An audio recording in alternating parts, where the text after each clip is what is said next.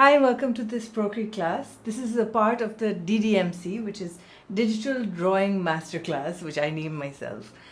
Today I'm going to be taking you through an overview of the Procreate app.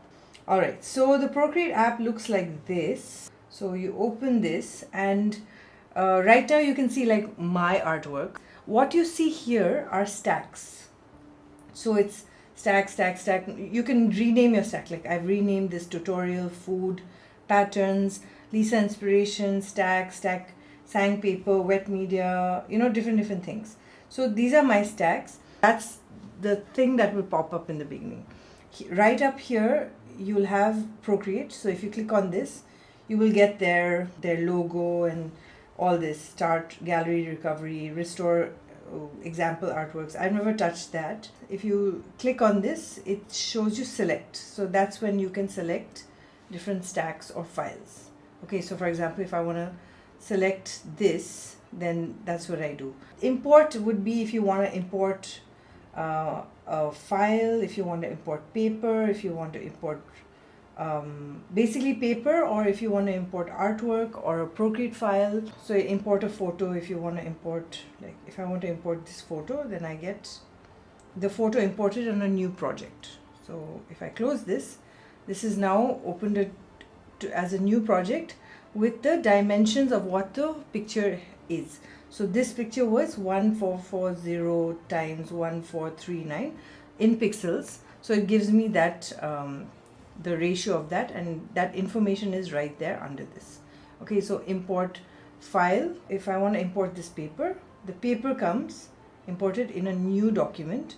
Again, the dimensions are there. I'm going to select this and this and delete it because I don't need these. That's how you do that. Select and delete. Okay. Now, this is an important button. It's plus, which gives you options of what format you can do. You can create. So for example, this is screen size.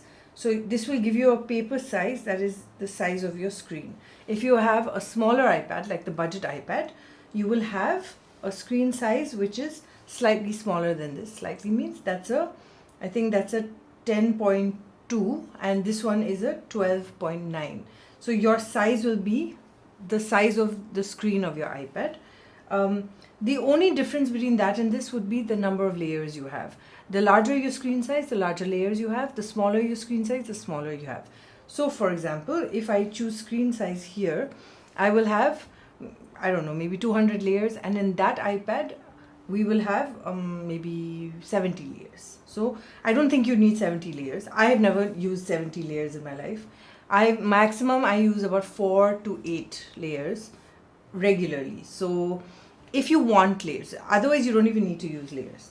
Okay, so it gives you options of square, 4K, A4. So what happens in our printers, I use A4 a lot to print cards. So that's a nice format to have. 4x6 if you want to print in a small 4x6 photo paper. Then there's paper, there's comic, there's face paint, comic format. Now, comic format I recently learned because I was watching a tutorial and someone said this is the largest comic format. So I took notes and I created a comic format here. If I want a square, but if I want a large square, then it would be in this format, 5000 by 5000, 7000 by 7000. Now you may ask, Sangeeta, why do you need such a big format? Like 7000 is such a huge thing. So eventually when you start getting into art, if you're interested in putting your art up in platforms like Society6 or Spoonflower, they have these particular formats that you need. So for example, I'm on Society6 and their curtains, their shower curtains are like 7000 ratio. So this kind of comes in handy for that. Of course, I have an option of creating a PNG and then putting it on Photoshop, but that's a different lesson. When you open this window, you will also get this, sorry, plant, go there.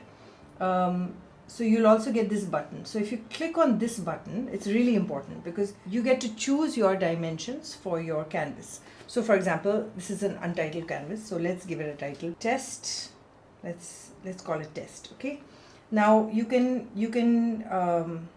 change the width and the height and the DPI, and then it tells you how many layers you have. Like for example, for a 2000 by 2500 one, I get 163 layers. Now, just as an experiment, let's change it to 5,000. See, I don't know if you noticed, but the layers are getting lesser. See, 5,000 by 5,000 only gives me 37 layers. Okay, DPI generally I keep it at 300.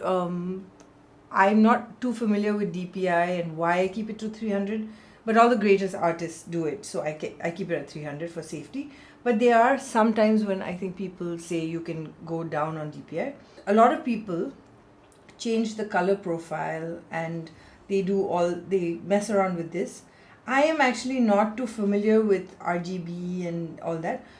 I prefer the generic one that the app has chosen.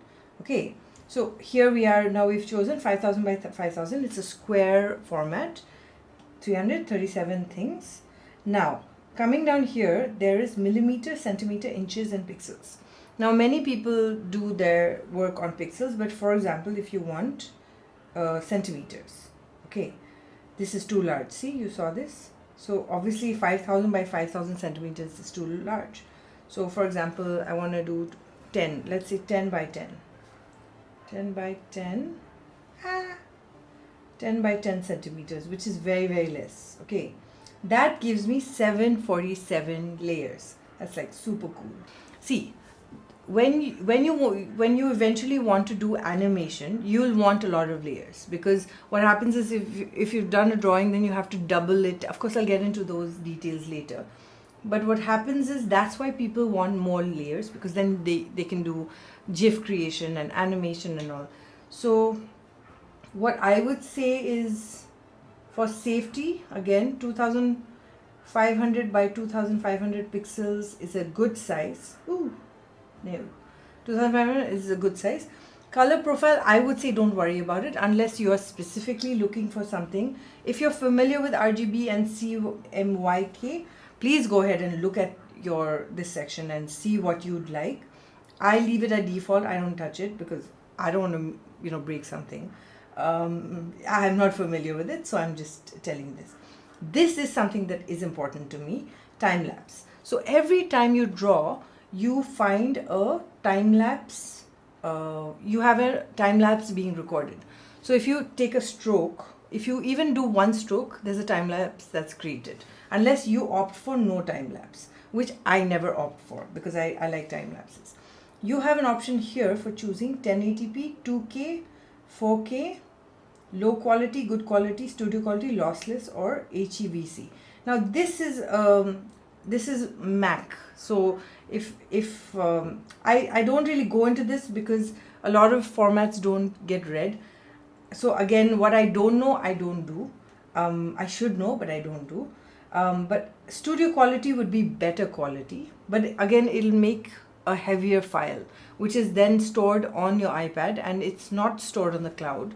So your iPad will get heavy. So just a disclaimer here.